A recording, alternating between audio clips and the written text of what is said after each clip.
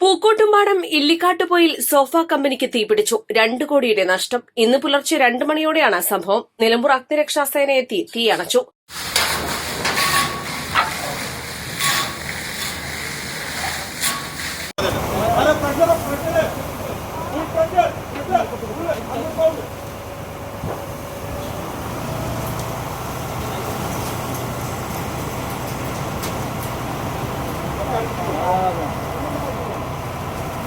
പരുത്തിക്കുന്നൻ മുനീറുൽ ഹസൻ, പൂവത്തി ഷമീർ, വലിയ പറമ്പൻ മുഹമ്മദ് അലി എന്നീ ആളുകളുടെ ഉടമസ്ഥതയിലുള്ള സോഫ കമ്പനിക്കാണ് തീപിടിച്ചത്. ഷോർട്ട് സർക്യൂട്ട് മൂലമാണെന്നാണ് പ്രാഥമിക നിഗമനം. സോഫ സെറ്റ് നിർമ്മാണത്തിനുള്ള ഉൽപ്പന്നങ്ങൾ, കംപ്രസർ, മെഷീനറികൾ, ഷെഡ്, 2 വാഹനങ്ങൾ എന്നിവ പൂർണ്ണമായും കത്തിനശിച്ചു. 2 കോടിയോളം രൂപയുടെ നഷ്ടമുള്ളതായി ഉടമ അറിയിച്ചു.